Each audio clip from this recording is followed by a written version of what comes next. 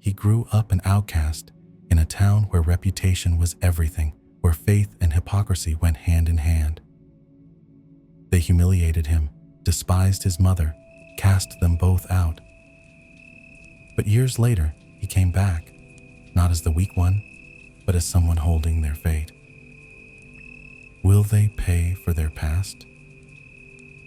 Discover how one life can shatter an entire community. Subscribe and enjoy the listening. I was born into a town so small that it seemed the world beyond it was just a distant rumor. Here, tucked between endless fields and forgotten roads, the air was thick with expectation. Religion wasn't merely a belief, it was a binding contract. It shaped how we moved, how we loved, how we smiled across fences at our neighbors, while quietly measuring one another's worth. Every Sunday, our town became a portrait of virtue, painted with forced smiles and nervous glances, as if God himself was peeking into our windows. But beneath the surface, under the glossy mask of righteousness, everyone feared the same thing: exposure. In this town, reputation was currency, more valuable than gold, more fragile than glass. One slip, one moment of honesty or perceived sin, and you'd be branded, judged, and slowly faded from the community's graces until your name was no longer spoken, just whispered. It wasn't just that people wanted to be good. They were terrified of being seen as anything else. The eyes of the town were always there, watching, waiting, ready to pounce at the first sign of imperfection. This environment was a significant challenge for me from the very beginning of my life, as I was born into circumstances that were anything but acceptable in the eyes of this community. You see, my mother, Deborah, lost her parents at a very young age, and she was taken in by her uncle and aunt. Her uncle Gregory was a prominent figure in the local religious circle, a man who was respected, admired, and even revered for his supposed righteousness and piety. He held positions of influence, and his words carried great weight within the community. Gregory often spoke about the virtues of compassion, forgiveness, and moral rectitude, and everyone assumed his actions matched the values he preached. Unfortunately, the reality behind closed doors was a stark contrast to his public persona. Behind the mask of righteousness, Gregory was a man who used his power not to protect or uplift those in his care, but to dominate and exploit them. Deborah endured far more than anyone should ever have to at his hands, and when she became pregnant, Gregory chose not to help her, but rather to protect his own reputation by twisting the narrative. He painted her as the one at fault, claiming she had seduced a married man, and the community was all too ready to believe him. They branded her as a sinner and cast her out. Deborah was abandoned, blamed, and left to fend for herself. This marked the beginning of her journey as an outcast, and it was in this environment that I came into the world. Born out of wedlock and immediately labeled as a symbol of sin, a reminder of what they saw as her moral failure. From the moment I drew my first breath, I was viewed as different, unwanted. My very existence was seen as a testament to impurity, and that stigma followed me throughout my childhood. Life, as you can imagine, was incredibly difficult. I grew up in the shadow of these judgments, and though my mother tried her best to give me a decent life, there was no escaping the collective disdain of the community. I won't go into every painful detail, as there were many, but I will say that by the time I was old enough to start school, I was already emotionally scarred. in ways that even I couldn't fully understand. The burden of being the child of the fallen woman was a heavy one, and at that age, I lacked the emotional tools to cope with it. School became yet another battleground. Instead of a place of learning and growth, it was just another arena for humiliation. The bullying was relentless. Day in and day out, I faced taunts, exclusion, and even physical intimidation. The other kids, raised by the same community that shunned my mother and me, had already absorbed the idea that I was lesser, and they acted accordingly. To them, I was the outcast, the unwanted one whose very presence was a stain on their supposedly righteous town. The teachers, many of whom were also active members of the church, offered no respite. They saw me through the same lens as everyone else, impure, tainted by the circumstances of my birth. Some of them even seemed to take a kind of righteous satisfaction in treating me with disdain, as if, by keeping me at arm's length, they were preserving the purity of the rest of the class. Imagine being the only different kid in a community that couldn't tolerate differences. That's what it felt like every single day. In response, I began to shut down emotionally. Over time, I became what people often call the trenchcoat kid, or the local equivalent. I embraced the role of the outsider because in some twisted way, it was easier. I intentionally made myself weird and unapproachable, adopting behaviors and clothing that would keep others at a distance. My thinking was that if they were going to cast me as the damaged and strange kid anyway, I might as well lean into it and make it my shield. It was my way of reclaiming some control, of turning their scorn into something that gave me a sense of power, however small. They expected me to be broken, so I gave them exactly what they expected. At least, this way, I wasn't caught off guard by their cruelty. I had already set the terms. Despite all these challenges, against all odds, I managed to graduate from high school with decent grades. It wasn't easy. The emotional strain was constant, and I often questioned whether it was worth it to keep trying. But somehow, I pushed through. The turning point came thanks to a distant aunt, someone I had barely known growing up. She was the only member of my extended family who had ever shown me any kindness, perhaps because she was also considered the black sheep of the family. She lived in another state, far away from the toxic environment of my hometown, and when she heard about my struggles, she offered to help me get into college in a larger city. She saw something in me that reminded her of herself, a kindred spirit who had also been marginalized by the same rigid community standards. Around this time, my mother, Deborah, was struggling more than ever. The years of rejection and hardship had taken a toll on her. She had always done her best to support me, but her own battles were overwhelming. Eventually, her struggles became too much for her, and she passed away. It was a devastating blow, and I felt lost without her. She had been my only real support, my only ally in a world that seemed determined to push me down. But even in her absence, she continued to help me.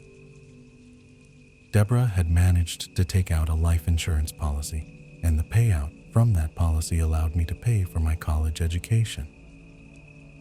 It was her final gift to me, a chance at a better life, a way out of the town that had taken so much from both of us. Life in the city was a revelation. For the first time, I was free from the watchful eyes of the judgmental townspeople. I could walk down the street without feeling like everyone knew my history, without the weight of their expectations pressing down on me. I finally found access to therapy, which was crucial in helping me begin to heal from the many wounds my hometown had inflicted upon me. Therapy gave me the tools to understand my pain, to start unpacking the trauma that had defined my early years, and to begin building a life that wasn't shaped by the hatred and ignorance of others. It wasn't an easy journey. Healing never is, but it was a start, and it was more than I had ever hoped for as a child. Years went by, and slowly I built a new life for myself. I eventually became an analytical consultant. My job involved working with businesses to provide specialized analyses and to develop solutions that were, as they like to say, outside the box. It was a career I never would have imagined for myself back in that small town. One aspect of my work, however, involved helping companies with downsizing operations. It wasn't a pleasant task. I knew what it meant to lose everything, and I could empathize with the people whose jobs were on the line. But I also understood that if I didn't do it, someone else would. It was part of the reality of the work, though it never sat entirely right with me. A few years ago, I received an assignment that brought everything full circle. I was tasked with evaluating 3 factories and recommending which one should be shut down and moved overseas. To my surprise, one of those factories was located in my hometown, the very place I had spent so many years trying to escape. The town was a one-industry town, as they say. There was one main factory that employed a significant portion of the population, with many others working in supporting industries or in agriculture. The factory was the economic heart of the community. Around 60% of the people worked there, and the rest depended on it indirectly.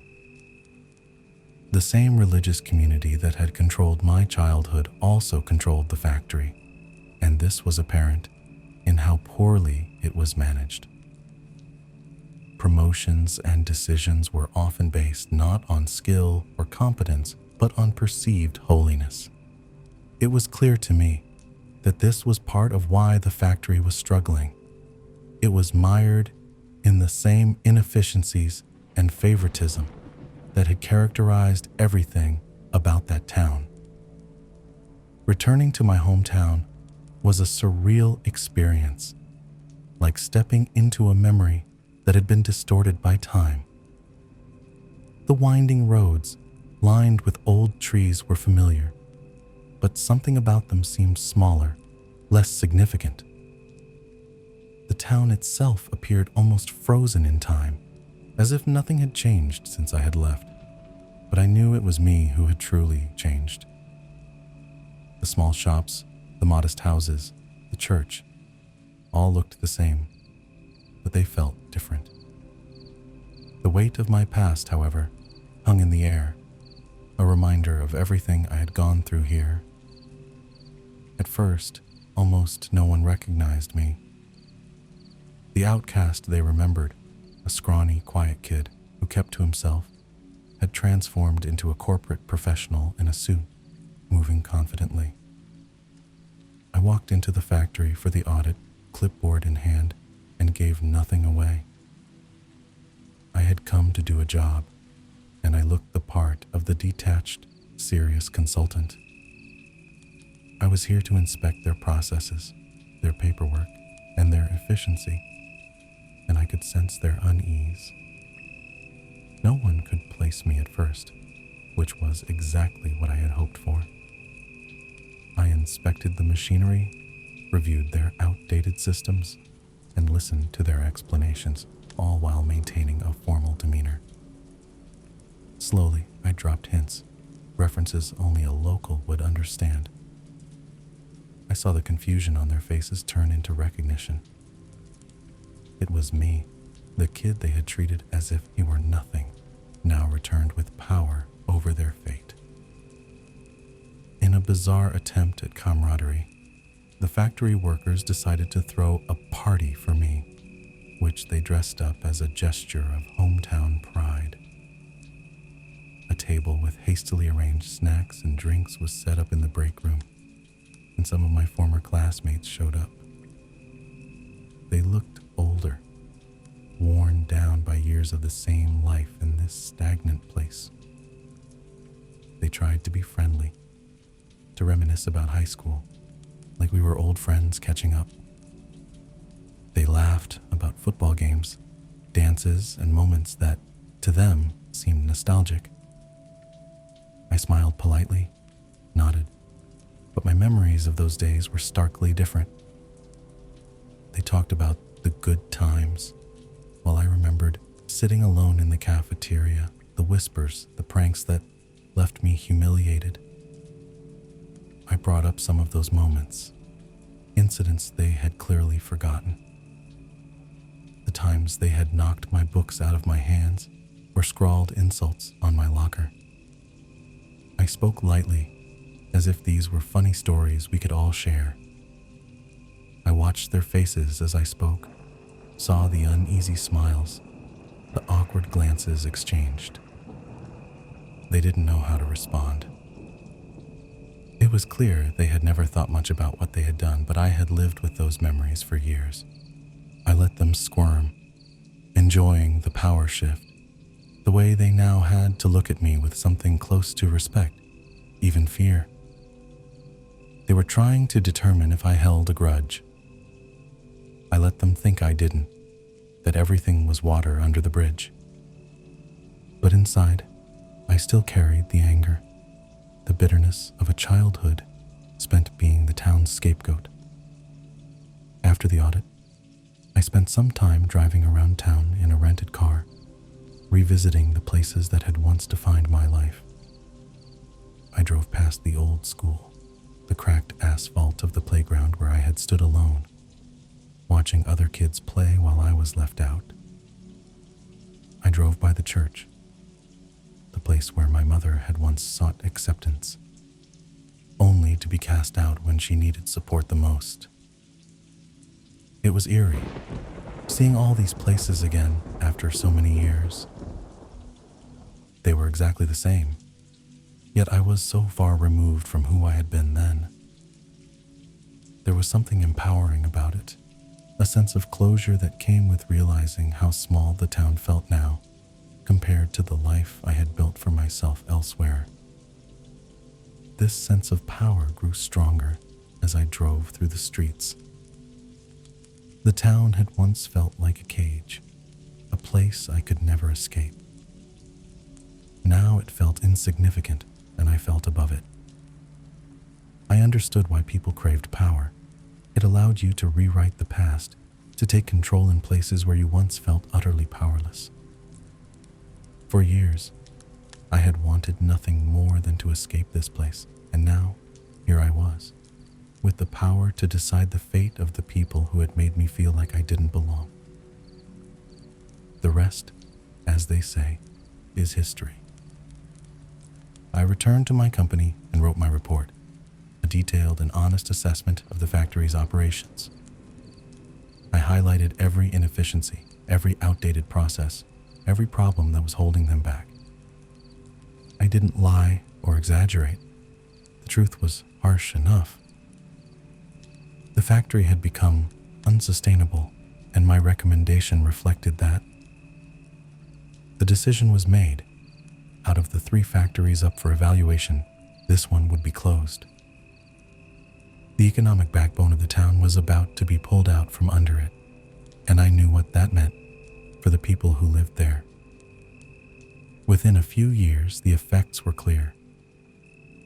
The factory had employed most of the town's residents. With it gone, the jobs disappeared, and the town began to crumble.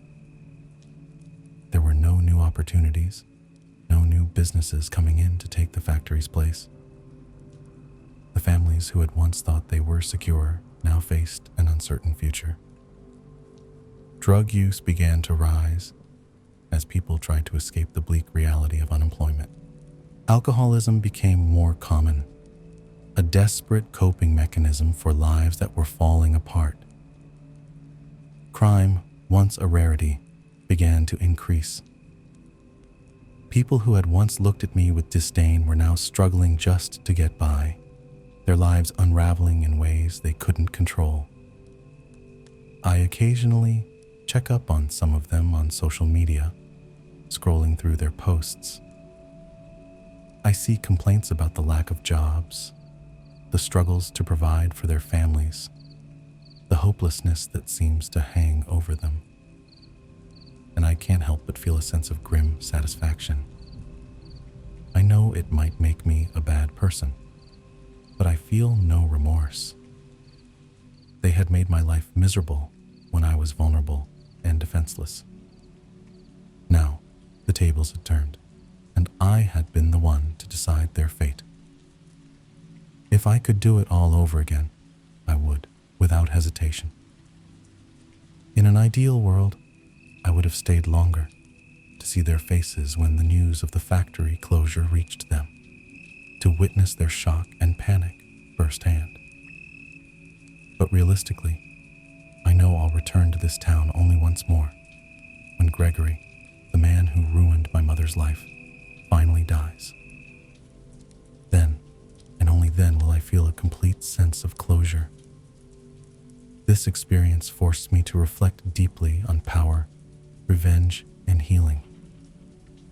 For years, I had imagined standing before the people who had tormented me, showing them that I had succeeded in spite of everything they did to hold me back. I had dreamed of taking something from them, just as they had taken from me. In the end, that is exactly what I did. It wasn't just about petty revenge, though. This was about reclaiming a part of myself that they had tried to destroy. It was about proving to myself that I wasn't the powerless child they had once made me feel like. I had become someone capable of taking control, someone who could decide his own fate, and, as it turned out, theirs as well. Life has moved on since then. I have a career, friends, and a sense of stability that I never thought I'd find when I was a scared kid in that small town. But there are still nights when I think about everything that happened and all the people who played a part in my past. Sometimes I wonder if things could have been different, if someone, anyone, had just reached out to help me back then. Maybe if the community hadn't been so blinded by their own narrow beliefs, things wouldn't have ended the way they did. But that's all hypothetical, and the reality is, I did what I had to do to survive and move forward. I've learned that life is rarely as simple as good versus evil. People are capable of great kindness, but also of great cruelty, and sometimes the lines blur. My actions weren't born out of a desire to be cruel, but out of a need for justice, for myself and for Deborah, who never got the life she deserved. In the end, what I did was a way of closing a chapter, of finally letting go of the pain that had defined me for so long. I will never forget where I came from, and the scars of that place will forever be etched into my soul. But now, those scars are not chains. They're just marks, reminders of battles fought and survived. They no longer define me. They merely whisper of who I once was, in a life that feels almost like a dream. That little town, with its watchful eyes and judgmental whispers, has blurred into the background of my memory, like an old photograph left in the sun too long. It's just a place I used to know. A shadow on the map of my past, but no longer the compass that guides me forward. A regular evening with fireworks turned into a true ordeal for an 18-year-old boy. An accidental fire led him into a prolonged fight with a greedy neighbor who wanted much more than what was fair. He had to fight to protect his honesty, his future, and his conscience. Will he emerge victorious, or will the neighbor drag him into debt? Subscribe and find out what happened next. At 18, I thought I was unstoppable. I was Jack, young, eager, and ready to prove myself to the world, even if it meant running myself ragged for a small-town security company. The job wasn't much, just enough to pay for a few late-night fast food runs and keep my future open-ended while I figured things out. But the constant call-offs from coworkers turned the shifts into a sort of endurance test. And somehow, I ended up being the one always ready to step up. Maybe it was pride, or maybe just that burning desire to be someone. But I found myself signing on for back-to-back shifts that dragged on until the morning sun blinked at me like an unwanted reminder. I'd return home, my eyes aching with exhaustion, to find my father, Thomas, waiting. He'd give me that worried look, his words full of concern. "You need to take it easy, Jack." I'd laugh it off, brushing away his worries. I thought I could handle anything. Back then, I had no idea that the hardest shifts were yet to come, and not the kind you clock in for. It was around the 4th of July when I finally got something almost mythical, a day off. Even better, my best friend Michael was back in town on vacation from college. Michael and I had been inseparable during our high school years, and him leaving for college had left a pretty big hole in my social life. So naturally, when I heard he was back, I was excited. We decided to get together and chip in on some good old American fireworks, celebrating the holiday like we always dreamed of when we were kids. To be honest, I had nothing but bad experiences with fireworks in the past. Burned fingers, misfires, near misses that scared the life out of me. But the lure of a loud, colorful celebration was too tempting to ignore.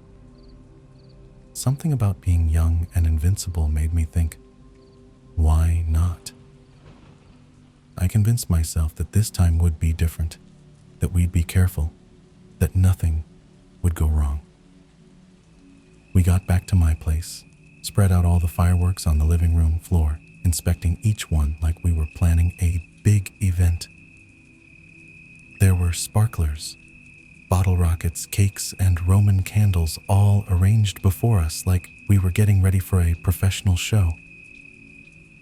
I remember the smile on Michael's face as he picked up a sparkler, twirling it between his fingers. "Why don't we mess around with some sparklers since it's still not dark yet?" I suggested, not really seeing any harm in starting small. It seemed like a fun, innocent idea at the time. Just a bit of fun before the real fireworks started. We went into my backyard. It was early evening, not quite dark, and the sun was still lingering just above the horizon. The air was dry, painfully so. It hadn't rained for over 2 months, and the grass had turned into something more like hay, brittle and crisp, just waiting for a spark. We didn't think about that. We were too excited. I lit my sparkler, the bright sparks immediately dancing off the end, and Michael did the same. We laughed, waving them around like kids again, making bright patterns in the air. But then it happened. One of the tiny, almost invisible sparks from my sparkler, along with a similar one from Michael's, floated down, landing right in the middle of the dry grass. Almost immediately, I saw it, a tiny, flickering flame that within seconds became 2 small fires. My heart dropped. I froze for a moment, staring at the growing flames as they licked at the ground, greedily consuming the dry grass. Panic surged through me, and I threw the sparkler down, sprinting as fast as I could toward the garden hose. My hands were shaking as I turned on the water, trying to spray down the fire. But it was no use. The fire spread faster than I could manage. It was terrifying how quickly it grew, almost as if it had a mind of its own. I handed Michael the hose and immediately pulled out my phone to call 911, my heart pounding so loudly I could barely hear myself think. The seconds felt like hours, the adrenaline making everything move in slow motion. Within what felt like an eternity, but was really only about 4 minutes, the fire had spread all the way to the neighbor's fence. It was like the entire yard had become a fuse, leading straight to the dry, old wood of that fence. The neighbor, Mary, came rushing out of her house, her expression surprisingly calm. Without saying a word, she grabbed her own garden hose and started spraying down her fence and the dry grass on her side of the yard. I could see the determination in her face, and I felt a pang of guilt for dragging her into this mess. Despite everything, she was composed, focusing on the task at hand. Finally, after what felt like a lifetime, the fire department arrived. They acted quickly, and soon the chaos began to settle. I remember turning to Michael, who was still wide-eyed and holding the now useless hose, and I said, "Only one of us needs to get in trouble. You should leave." He looked at me, hesitation clear in his eyes, but he knew I was right. Michael was in college with a bright future ahead of him, and I couldn't bear the thought of him jeopardizing that because of my stupid idea. Reluctantly, he agreed, and without another word, he slipped away before anyone could notice him. Mary, surprisingly, was very understanding at first. Once the fire was completely out and things had calmed down, I approached her, apologizing profusely for everything that had happened. She listened, nodding along, and even reassured me, saying, "It could have happened to anyone, Jack."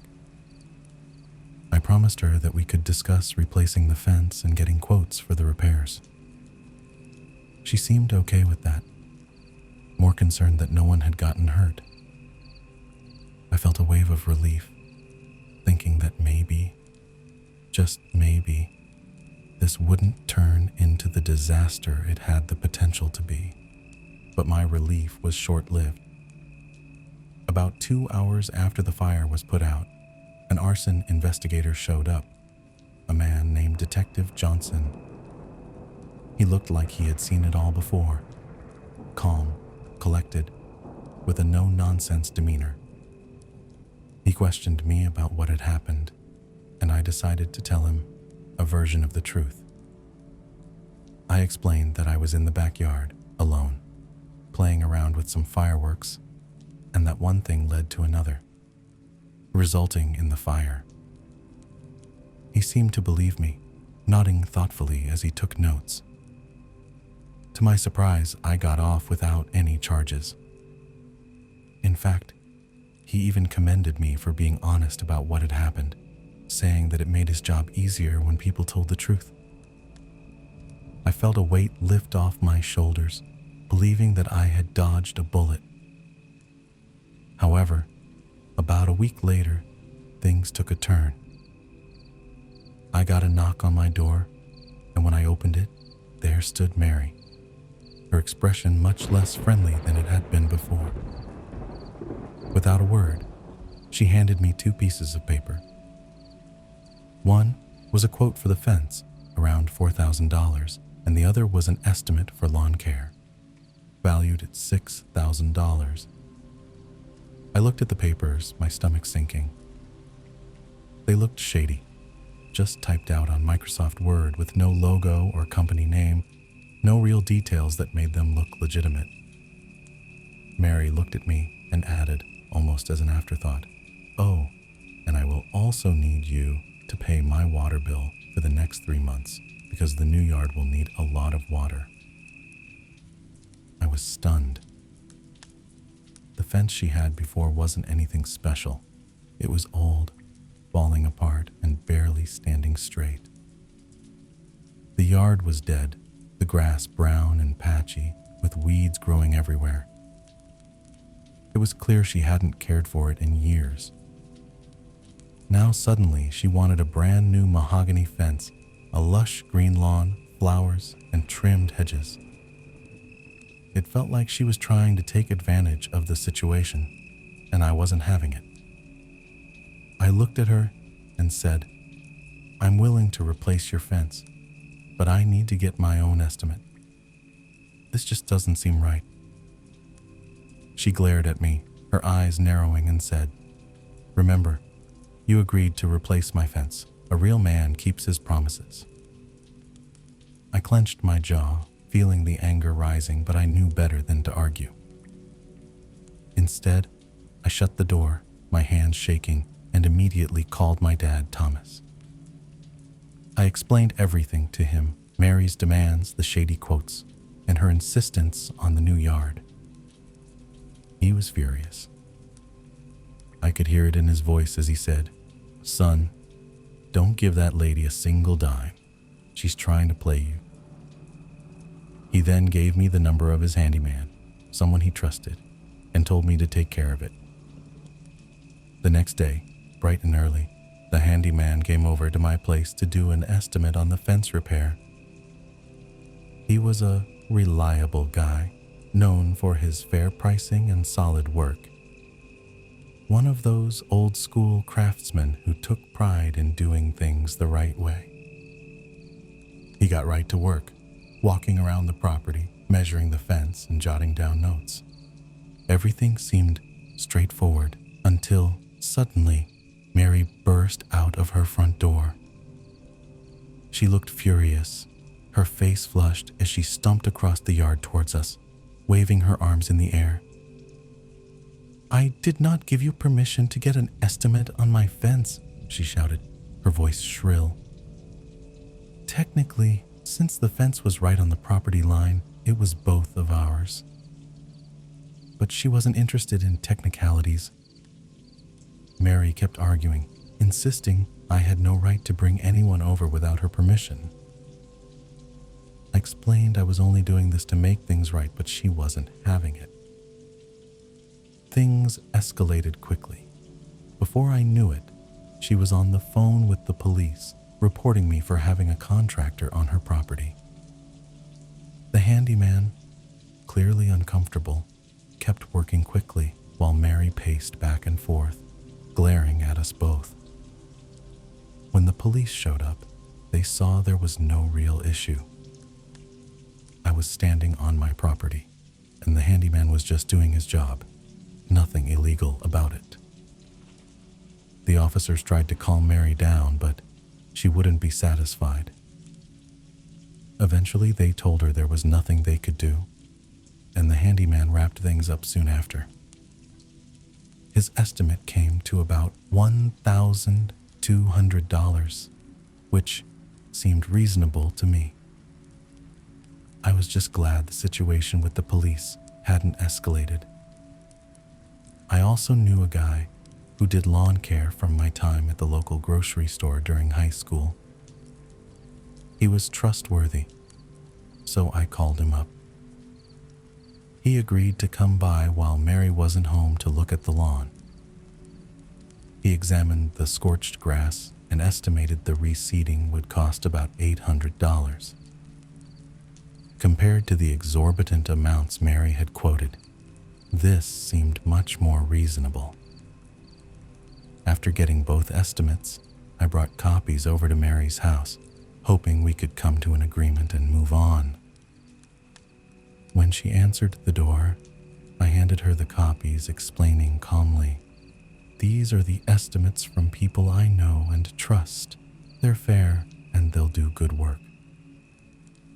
Mary barely glanced at the papers before her face twisted in disdain. know these people. I don't want them anywhere near my house. They're probably terrible contractors," she snapped. I tried reasoning with her, saying, "No, I know them personally. They're good people who do quality work." She didn't care. She just slammed the door in my face, leaving me standing there. That night, I worked another brutal 16-hour shift. By the time I got home at 8 a.m., I was completely exhausted. All I wanted was to crash and sleep. But at 9 a.m., I heard a knock at the door. It was Mary, standing there, demanding that I talk to her right then. I explained, as politely as I could, "I'd love to discuss this, but I just got home from work and need to be back in less than 5 hours. I need sleep." She scoffed. "What kind of lazy person sleeps until 2 p.m.? At that point, I'd had enough. I was beyond tired, and her constant demands were starting to push me over the edge. I looked her straight in the eye and said, "You can either accept my $2,000 based on the quotes I got or get nothing." She stood there, stunned, unable to believe what I had just said. After a moment, she just nodded, albeit reluctantly. We planned to meet at the notary the next morning to finalize everything. That night, after another long day at work, I spent time writing up a contract, making sure everything was clear.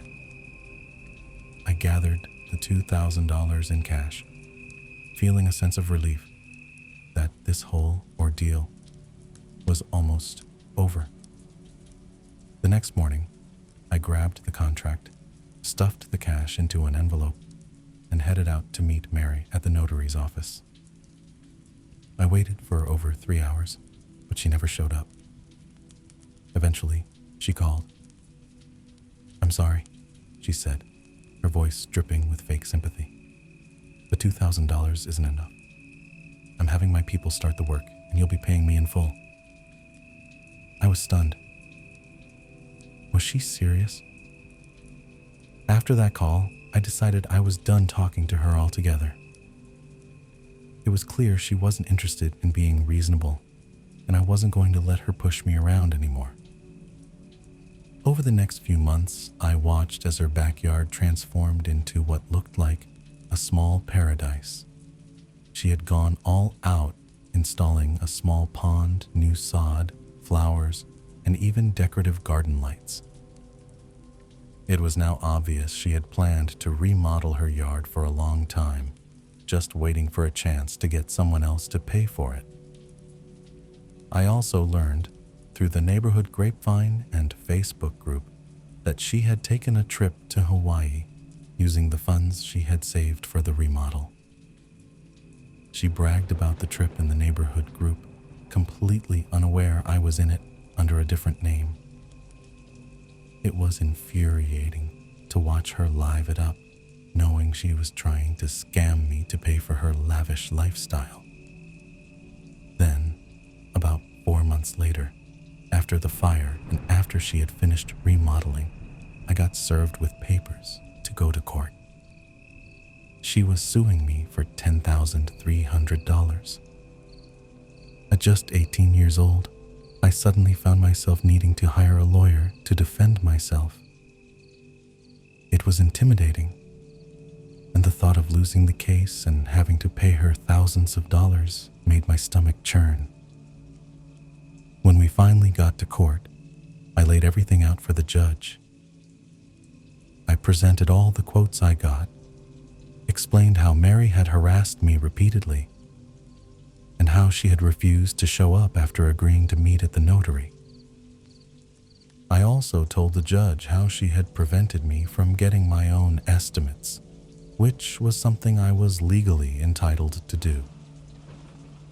Finally, I showed the judge her Facebook posts bragging about scamming me and using the funds for her vacation. The judge listened carefully to everything I said, looking through all my evidence. After a moment, he looked at Mary, his expression unreadable. Then, in a calm but firm voice, he said, "Ma'am, with all due respect, you're being unreasonable." Not only did this young man tell the truth, but he also offered to pay more than required.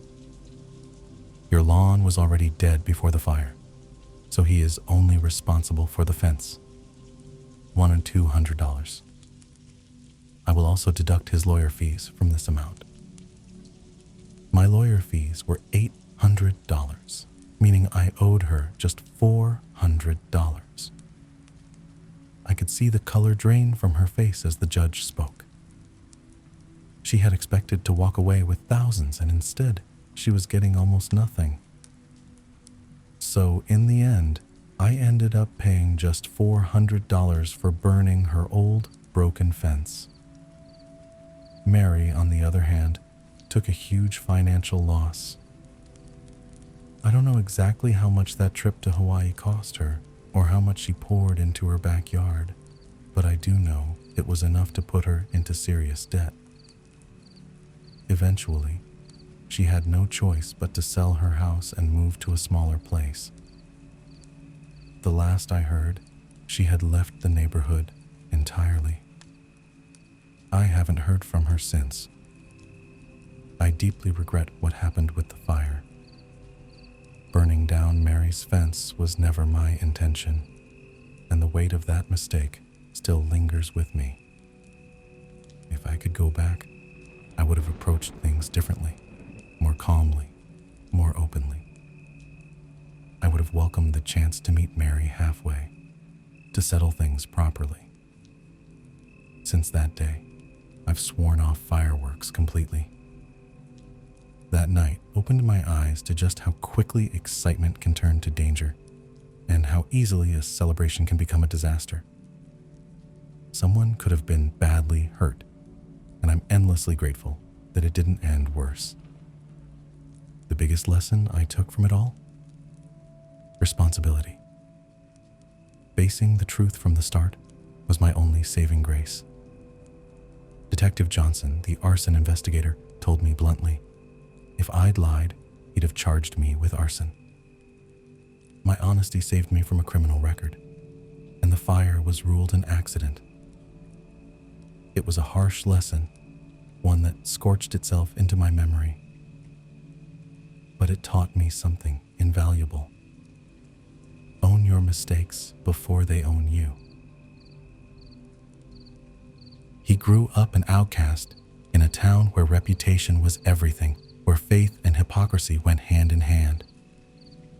They humiliated him, despised his mother, cast them both out. But years later, he came back, not as the weak one, but as someone holding their fate. Will they pay for their past? Discover how one life can shatter an entire community. Subscribe and enjoy the listening. Cash, feeling a sense of relief that this whole ordeal. It started a few years ago, and I thought we had it all figured out. We were that quintessential suburban couple, the kind you'd see smiling on a holiday card, seemingly living the perfect life. We had stability, 2 good jobs, a cozy home, and a future that seemed to stretch out like a sunlit highway. Our 2 kids, Sophie, 14, and Ethan, 9, brought chaos and joy in equal measure, and to me, we were doing just fine. We were healthy, our sex life wasn't a cliche of neglect, and our weekends were filled with barbecues and friendly gatherings. From my side of things, we were cruising along just fine. But under the surface, that perfect picture had started to crack. The long hours at work stretched like shadows across our evenings, leaving us strangers in our own home. The rough patch we hit felt routine at first, something every couple faces, a storm we could weather. But it wasn't just about us anymore. Ethan's developmental challenges added a new weight, a relentless, quiet worry that squeezed the joy out of our moments together. Our time was swallowed by obligations, our conversations reduced to logistics, and the laughter that used to echo through our home grew quieter. The pressure in the house was building, tension seeping into every room. And though I kept telling myself we could pull through, I started to wonder if maybe I was the only one still fighting to keep that picture-perfect life from shattering. Around that time, I noticed that Emily was spending more and more time on her phone, seemingly glued to her screen, always texting with her so-called girlfriends. I didn't think too much of it at first. After all, everyone needs an outlet, and I assumed these chats were harmless, a way for her to de-stress. Wanting to improve things between us, I decided to make a more concerted effort. I began trying to get home from work earlier whenever I could, helping out around the house more, and really trying to be there emotionally for Emily and the kids. I thought this would help bridge the gap that seemed to be growing between us. But despite my efforts, the emotional distance only seemed to expand. Over the course of several weeks, the gulf just kept getting wider, and it felt like there was nothing I could do to close it. Then, one day, by complete accident, I stumbled upon some messages. I had charged up an old iPad for Ethan to use, and it turned out that Emily's Facebook Messenger was still logged in. I wasn't looking for anything suspicious, but what I found immediately raised red flags. There were quite a lot of messages with a guy from her hometown, a man I will call Bradley, or Brad for short. The messages weren't explicitly inappropriate, but there was something off about them. I could tell from the timestamps and the context that quite a few messages were missing, almost as if someone had gone through and selectively deleted certain parts. It was enough for me to make a mental note to keep an eye on it, though at that point, I tried to push my suspicions aside and focus on fixing things between us. The very next day, I decided to take the day off work to focus on Emily and our relationship. I wanted to show her how much I cared, so I spent the day knocking out some home projects I thought would make her happy. I left her sweet notes throughout the house, little reminders of how much I appreciated her. Yet, once again, I found her in the corner of the living room, glued to her phone, texting her girlfriends. Something inside me told me to check that iPad again. I took it to the office and opened up Facebook Messenger. What I saw hit me like a punch to the gut. I watched, in real time, as my wife tore me down to Brad. She and Brad were openly making fun of me. All of my flaws, insecurities, and even secrets that I had confided in her, all of it was now fodder for her and Brad to laugh at. And it wasn't just that. Although there wasn't outright sexting, the conversation had a clear sexual undertone, especially when Emily was making disparaging remarks about my performance in the bedroom. I managed to take some screenshots of what I was seeing, though I missed a good portion of the messages because, as they were chatting, Emily was deleting them. She was deleting them almost as fast as they were coming through, as if she knew someone might find them someday. I wasn't emotionally capable of confronting her at that point. I felt a mix of anger, sadness, and an overwhelming sense of betrayal.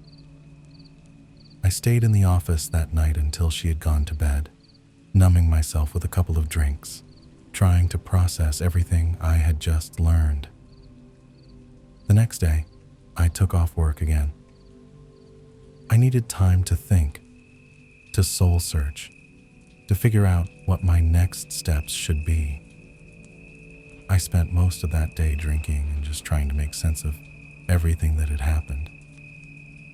Emily came home that evening and asked me what was wrong, and I just couldn't bring myself to tell her the truth. I copped out and told her I had a bad day at work. She seemed to accept that answer and moved on. But later that night, I watched as the messages on the iPad continued to unfold like a slow-motion car crash. It was a train wreck I couldn't look away from, even though every new message tore at me a little more. So began a couple of solid weeks of taking screenshots, drinking, and emotionally detaching myself from the relationship that I thought I had. I knew there was no going back from this. There was no way to unsee what I had seen, no way to undo the betrayal. As the days went by, the messages between Emily and Brad became more overtly sexual. Emily was clearly into it, and Brad began sprinkling in declarations of love.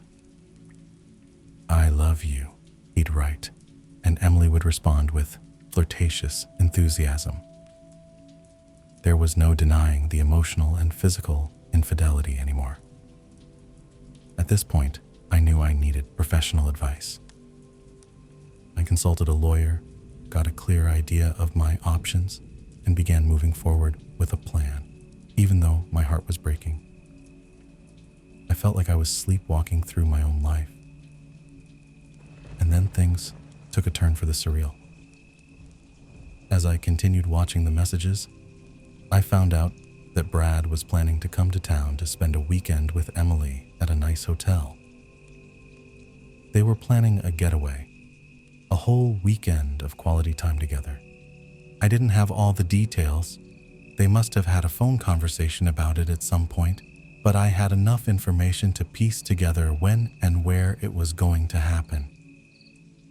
Sure as anything, the very next day, Emily was buttering me up, putting on her sweetest smile and talking to me in that calm, persuasive voice she always used when she wanted something. She was all about how she needed a spa weekend with her girlfriends to relax and recharge, and how, when she got back, we could really focus on our marriage and make things work again. It sounded like she was almost excited about the idea of fixing us, like she had some grand plan to restore what had been lost. I went along with it, nodding enthusiastically, smiling, and telling her that it was the greatest idea she'd ever had. I acted like I'd do absolutely anything to get us back on track, and in that moment, she really seemed to believe me. But deep down, I was already committed to my own plan, a plan that would take her completely by surprise. Behind the scenes, I had already gotten in touch with my lawyer. I told him I needed a strong separation agreement drafted, something that made it very clear what would happen next. It stated that she would move out of the house immediately. She would only get weekend visitation with the kids, and there would be no child support in the interim period until the divorce was finalized. This wasn't about punishing her financially, but it was about making sure she understood that things had changed. And then, after putting all these wheels in motion, I had to sit through the 2 most agonizing weeks of my life. Every day felt like an eternity. I watched as she acted like everything was normal, and I had to play along, pretending I was still invested in a marriage that, as far as I was concerned, had already ended. Most of the love I had felt for her was completely gone by then. What remained was anger, a deep, seething rage that I had never experienced before. It was like carrying a fire inside me that I couldn't put out. Finally, D-Day arrived. I had planned everything meticulously, and I took the entire day off work to make sure everything would go according to plan.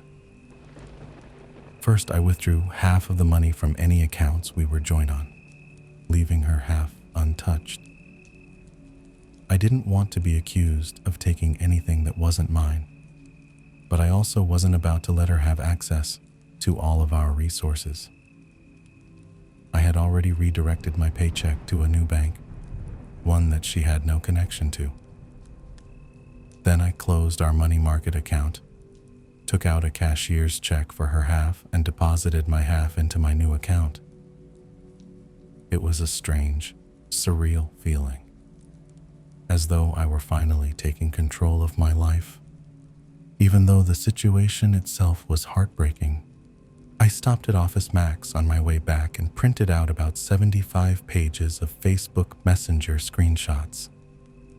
The evidence of her betrayal in black and white. I didn't want to be home, so I killed some time, driving around aimlessly, trying to get my emotions in check before the moment I'd confront her. Eventually, she texted me, telling me that she was taking off for the weekend and saying that she loved me. I forced myself to reply with a simple, "Have fun," even though it made my stomach churn. I didn't feel love anymore, only a cold emptiness. That evening, I showed up at the hotel around 8:30. I parked the car and walked through the lobby, my heart pounding. I called Emily's phone from the lobby, but it went straight to voicemail. I could only assume they were already in the middle of whatever they were doing. Whatever.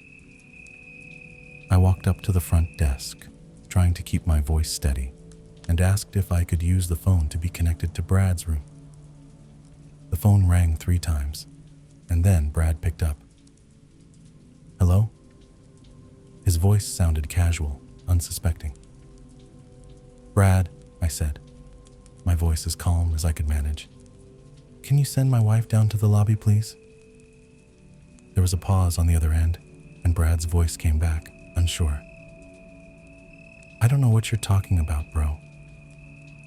I could hear the panic starting to creep in, and I decided to push harder. "Okay then," I replied. "I guess I'll just have to call Mrs. Brad and get her down here instead." It was totally a bluff. I knew Brad was married, and I even knew his wife's first name, but that was about it. Still, it seemed to do the trick. I heard some inaudible shuffling and more panicked sounds on the other end.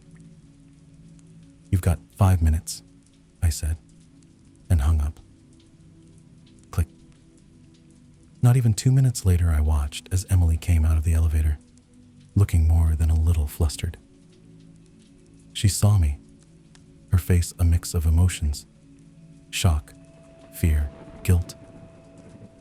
I gestured for her to come sit down with me in the corner of the lobby, and she reluctantly followed.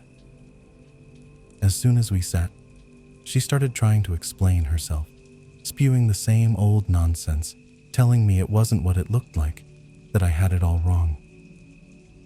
I cut her off before she could get any further.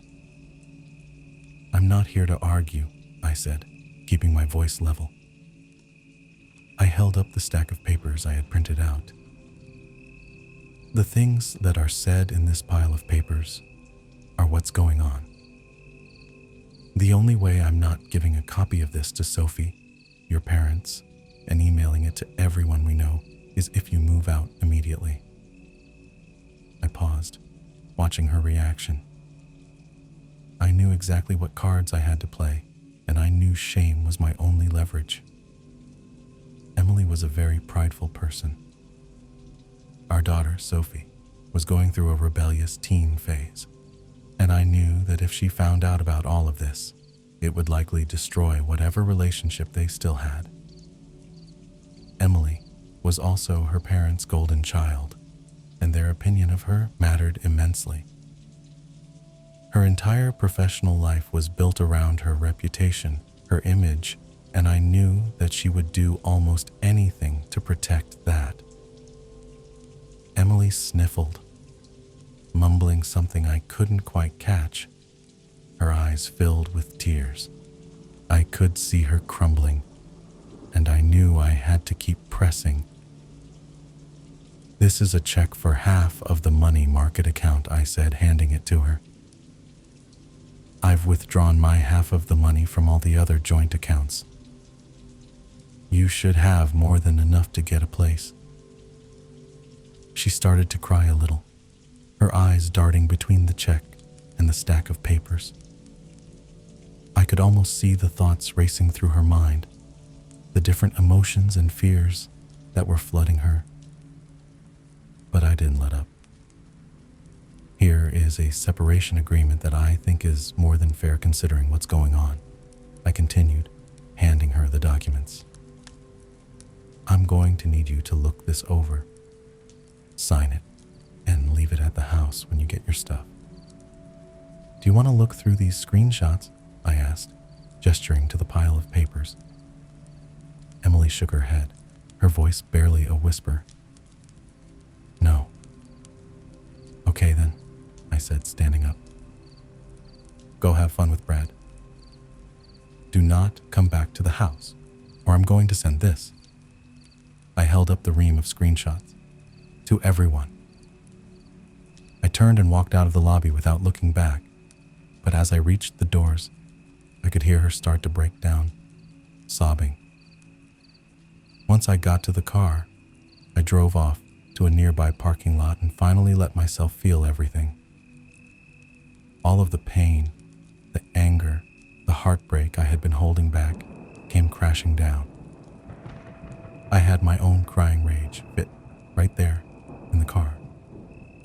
Previously, I would have broken down in front of her, yelling, crying, letting all of my emotions spill out.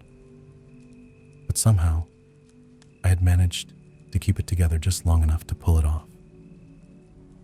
I don't know what she did that night or over the weekend. She texted and called over and over wanting to talk. I just turned the phone off, and by the time Monday afternoon rolled around, there were movers getting her stuff and she delivered the agreement. I let her have a talk with the kiddos, basically saying, "Mommy and Daddy need some time apart. We still love you," etc., etc. Standard divorce talk. After a week, she wanted to have a real talk for the first time. I obliged her because I'd already got my shit together and had an idea of what I wanted, but I should hear her out. She's so sorry. She wants another chance. She wants her family back. She'll do anything.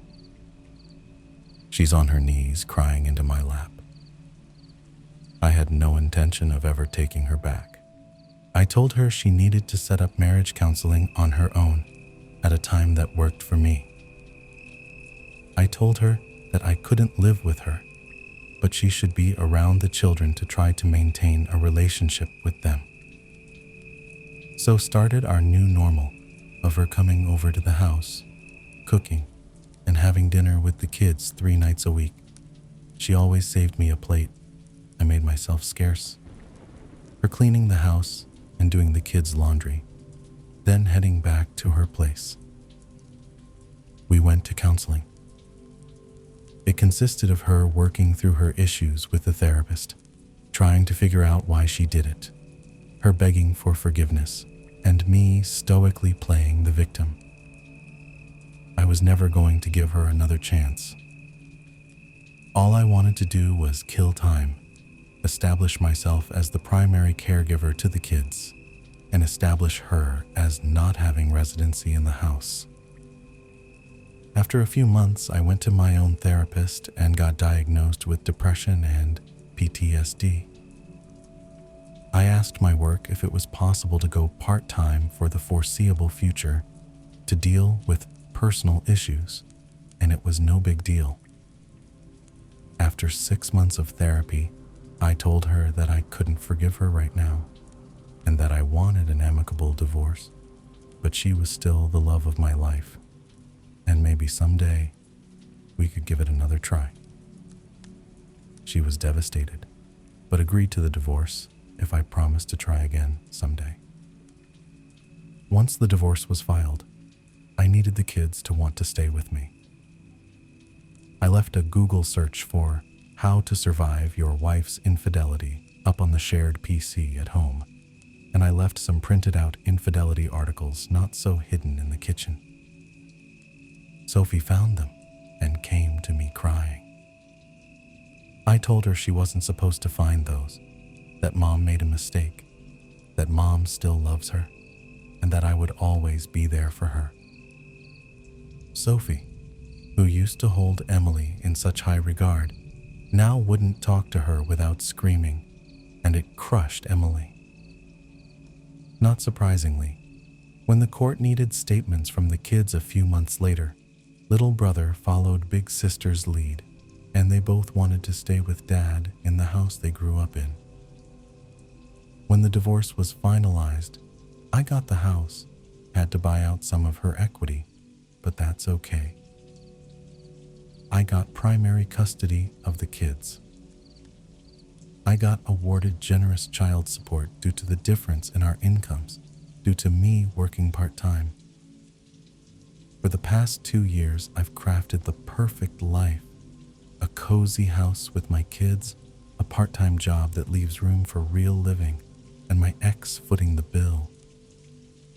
Weekdays, I'm the devoted dad, the guy who never misses a bedtime story, the superhero they see me as. Come the weekends, though, I'm free. My ex takes the kids, and I transform into someone else entirely, indulging in nights of adventure with Tinderellas and keeping a roster of friends with benefits entertained. To my kids, I'm the best dad in the world, the one who always puts them first, a saint in their young, innocent eyes. To my ex, I'm the impossible dream, the one that slipped away yet remains close enough to keep her hoping, wanting. Every now and then she comes crawling back for one more night together, always chasing that thin promise of reconciliation. But what she doesn't know, what she'll never know, is that I already made my choice long ago. There's no going back.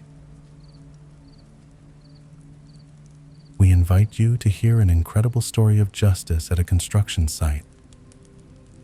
What started as a simple request to move a car suddenly escalated into chaos, involving an angry mom, a lumber truck, and the police. Discover how a simple parking spot led to arrests and property destruction. This story will make you think twice about the consequences of breaking the rules. Subscribe now and enjoy the listen. Something happened today that was just too good not to share. I work in construction, and right now, I'm the foreman on a new house build. It's been a challenging project, not just because of the usual complexities of home construction, but because of the incredibly tricky location. Imagine this. The site sits 250 feet up a steep hill, only accessible by a narrow footpath. No roads, no vehicles, no equipment can make it up there. Every single piece of wood, every nail, every tool, it all has to be carried up by hand. We're basically hauling an entire house piece by piece up that hill. It's like something out of a bygone era, as if we're building some ancient monument, stone by stone. And today, that uphill battle took a turn that none of us saw coming. Curious? Let me tell you what happened next. One of the only things that make this slightly bearable is the fact that we have 2 parking spots at the bottom of the hill reserved for us. They're marked with official no parking signs, meaning those spots are crucial for us to be able to operate smoothly. We can park trucks there to unload materials before we lug them up the hill. Without those spots, every delivery becomes chaos. with trucks blocking the street or having to park far away, making our job 10 times harder. It might not sound like much, but having those parking spots reserved is a game changer. Unfortunately, our otherwise helpful setup is right near an elementary school, just about half a block away, and this has been a consistent problem. The parents who come to pick up their kids seem to think it's perfectly fine to park in our clearly marked spots whenever it's convenient for them. It's not just the occasional offender either. It happens regularly, at least twice a day, almost like clockwork. The signs and warnings seem invisible to them. Now, I like to think of myself as a pretty reasonable person. If someone is parked in one of our reserved spots and we don't have an immediate need, no delivery truck is arriving, and there's no pressing need for a parking space, I generally let it go. I understand the situation, especially when it comes to picking up kids. It's stressful for the parents, and they might think it's only for a few minutes. But if we need those spots, like when we're getting a delivery, or we have trucks that need parking, that's when I can't just look the other way. In those situations, I always try to be polite and ask the person to move. Usually they understand the situation and comply right away. They might be annoyed or frustrated, but they'll move. Until today, that is. Today was different. I get a phone call from John, our lumber delivery truck driver. He's on his way to the site, and he lets me know he'll be arriving in about 2 or 3 minutes. Perfect timing, I think to myself. I head down the footpath from the construction site, planning to meet him at the bottom to make sure everything goes smoothly. He's hauling all the material we need to frame the roof of the house. This is a major delivery, big, heavy lumber that we absolutely need today to keep the project on schedule. I knew it was going to take us at least an hour to get all of that lumber carried up the hill. The last thing I wanted was for John to have to park in the middle of the street, hazards on, while we spent an hour moving lumber, blocking traffic and causing chaos. That's why those parking spots are so crucial for us, especially today. As I make my way down the hill, I spot a car in one of our reserved spots. It's a parent sitting in the car, idling with the engine on. It's clear she's just waiting for her kid to come out of school. No problem, I think. I approach her car, planning to politely ask her to move so John can park there. I knock on her window, and when she rolls it down, I explain to her that she's in a no parking zone and that we really need her to move so we can get our delivery truck in. It was a straightforward request, and I was nothing but polite. However, she immediately scoffs at me, her expression full of irritation, and says in the most dismissive tone, "I'll just be a few minutes, and your truck isn't here yet. Take a chill pill, dude." She rolls her window back up before I even have the chance to say anything else, making it clear that she has no intention of moving. Before I can process my next step, I see John's truck turning the corner, his massive lumber-loaded vehicle approaching. I wave at him to get his attention, then gesture towards the woman's car. She glances in her mirror, but doesn't seem too concerned, and she even puts her window back up as if to block me out of her world entirely. I walk over to her car once again, put on my best customer service smile, and give her a friendly wave through the glass. Reluctantly, she rolls down the window halfway, her face twisted in annoyance. "What?" she yells at me, clearly fed up with my presence. I try once more, my tone firmer this time, as I let her know that she's parked illegally in a tow-away zone and that she really needs to move. But instead of complying, she rolls her eyes and says, "Can't you guys just unload around me?" Jesus, it's not that hard. And that's when inspiration struck. A brilliant idea formed in my head, and I couldn't help but give her another wide smile before turning away. If she wanted us to unload around her, that's exactly what we'd do, but not in the way she was imagining. I walked over to John and gave him a clear set of instructions. I wanted him to park as close to her car as possible, effectively blocking her in. We had a porta potty set up at one end of our reserved spots and a car parked on the other end.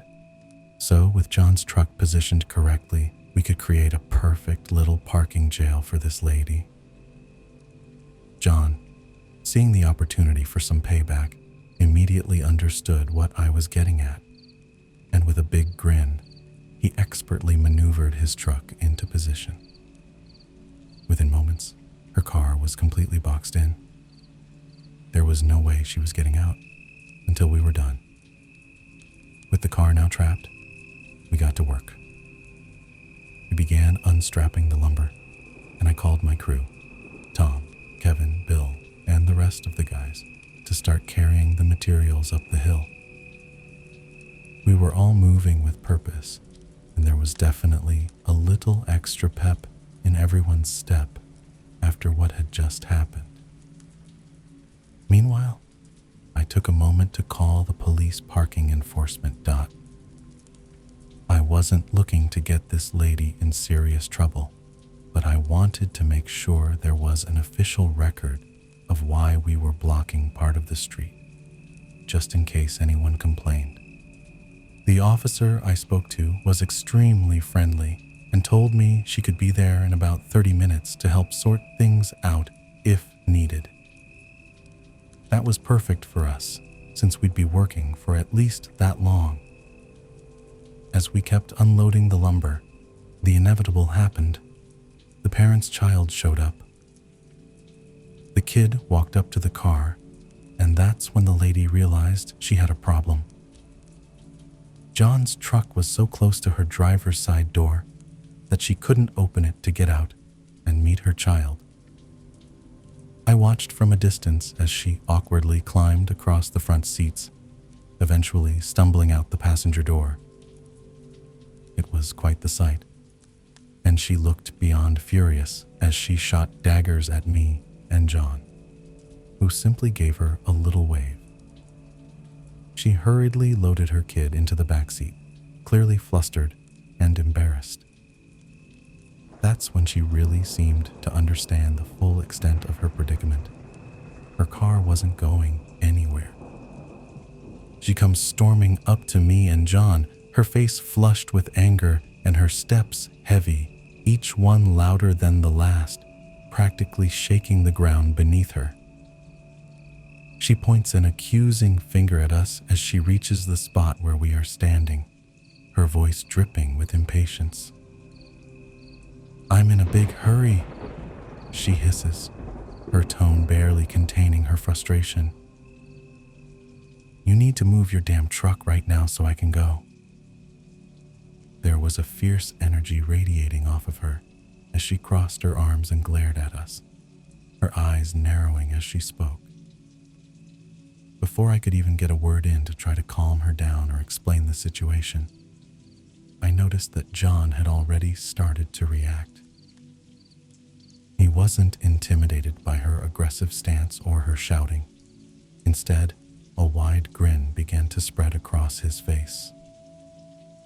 He looked her right in the eye and, without missing a beat, said in the most polite voice imaginable, "Ma'am, in order to unload the lumber on the truck, we had to unstrap it, and per our company policy, I'm not allowed to move the truck with any unsecured load on it. Sorry." He kept his smile intact as he spoke, his tone calm and almost cheerful, as if he hadn't just told her something that would make her day exponentially worse. I could see the frustration boiling over in her eyes, her face turning red as her mouth dropped open in disbelief. Her reaction was almost instant. It was like I could see her blood pressure rising to dangerous levels, her face going from red to nearly purple as she sputtered, trying to form a response. Finally, she found her voice, and it came out loud and piercing, her fury vibrating in every syllable. "Back off policy," she snapped back at him, her voice cracking slightly as her anger peaked. "I have somewhere to be." She waved her arms dramatically as if trying to emphasize the importance of her words, her entire body almost vibrating with rage. For a moment, I thought she might actually lose control, and I could barely contain my laughter as I watched this unfold, struggling to keep a straight face. And then, almost as if the universe had a sense of humor of its own, the most perfect timing imaginable occurred. I spotted Officer Mary, the parking enforcement officer, arriving at the scene. Her patrol car pulled up behind the truck, her lights off but clearly visible. She had parked behind John's truck, but the woman in front of us didn't seem to notice her arrival. The officer was still getting out of her vehicle, adjusting her hat and walking towards us with her notepad at the ready. I couldn't resist the opportunity, given how everything had played out so far. Turning back to the angry mother, who was still fuming at both of us, I casually said, "Can't you just pull out around it? It's not that hard." I gave her the biggest, most satisfied grin I could muster, barely able to contain my amusement. The realization hit her almost immediately. I saw her face change as my words registered. She knew instantly that I had thrown her own line back at her. Her jaw dropped, and her face flushed even deeper, her frustration seeming to reach a fever pitch. "Back off," she screamed, her voice cracking as she spat the words at me, her eyes narrowing with a mixture of embarrassment and blind fury. Without another word, she turned away and stormed back to her car, angrily clambering back in through the passenger door once more. She had to awkwardly clamber over the seats to get to the driver's side, and from where I stood, it looked like she nearly got stuck between the seats as she twisted herself into position. As she finally managed to get back into the driver's seat, slamming the door behind her, Officer Mary was approaching me and John, her expression already showing that she had some understanding of what was happening. Before she could even introduce herself, there was a sudden loud screech of tires, and I turned my head just in time to see the mother throwing her car into reverse, her tires squealing as she stomped on the gas pedal. The car jerked backward with a loud bang as it crashed directly into our porta potty, which rocked for a moment before tipping over completely. The clatter was deafening, and I could barely believe what I was seeing. John's mouth fell open in shock, and Officer Mary just stood there for a moment, her hand frozen in midair as she reached for her notepad. As if that wasn't enough, the woman then threw her car into drive, lurching forward with her foot heavy on the gas once again. She aimed straight for the curb, attempting to mount it and make her way along the sidewalk, the tires bouncing as the car struggled against the height of the concrete. For a second, I thought she might actually make it, but halfway over, the car got stuck, the undercarriage grinding against the curb. Her face, clearly visible through the windshield, was twisted in rage and panic as she yelled obscenities, her voice audible even over the idling truck engine. She was thrashing around inside the car, trying to force it forward, but it was no use. The vehicle wasn't going anywhere. Officer Mary didn't waste any time once the car was stuck. She marched over to the car, her expression one of complete disbelief mixed with annoyance. She walked right up to the driver's side door, knocked firmly on the window, and ordered her out of the vehicle in a voice that left no room for argument. The woman hesitated for a moment, clearly realizing that things had just escalated far beyond her control. I watched as her face went from rage to shock, her expression shifting as the reality of her situation hit her. She had done all of this, caused this entire scene, right in front of a police officer. Officer Mary didn't give her much of a choice.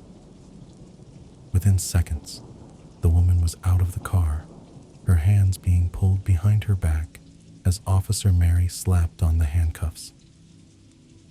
The woman protested, of course, but her voice lacked the earlier confidence. It was shaky now, filled with desperation.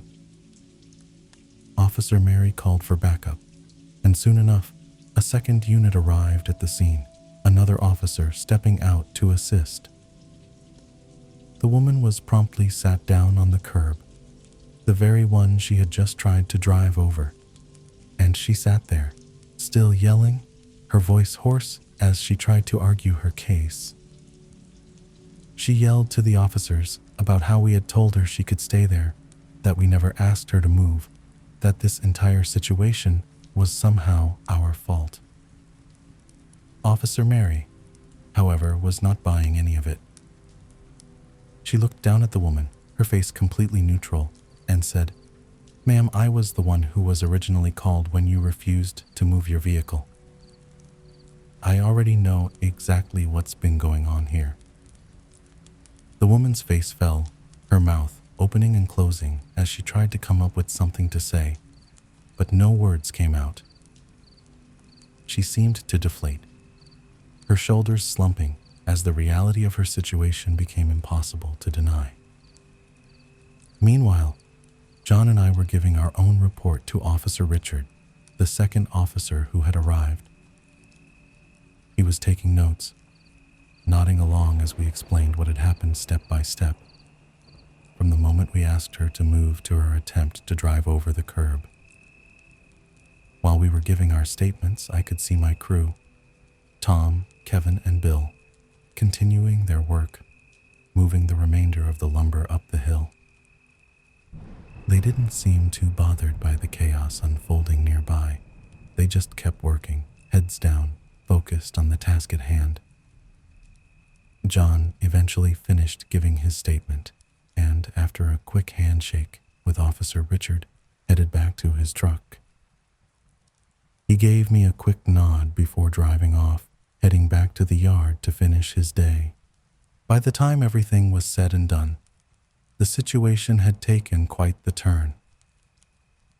The mom was arrested, not only for her reckless actions that day, but for a whole list of charges that Officer Mary read out as she placed her in the back of the patrol car.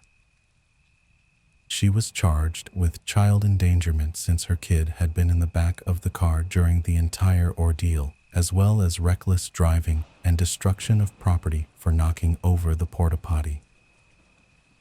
To top it all off, she was also charged with driving on a suspended license, which explained a lot about her behavior.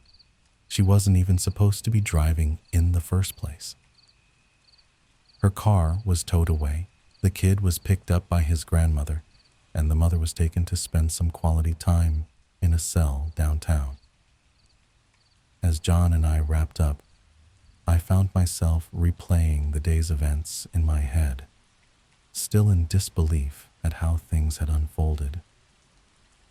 It had been one of those days that you just know will become a story told over and over again, the kind that starts with, "You wouldn't believe what happened." I never imagined she'd actually take my sarcastic suggestion to just pull out around it literally, but desperation or sheer arrogance pushed her right over the edge. The screeching tires, the frantic look in her eyes, it was both ridiculous and oddly fitting. One thing was certain, she'd think twice before parking in a tow-away zone again, if she even gets the chance.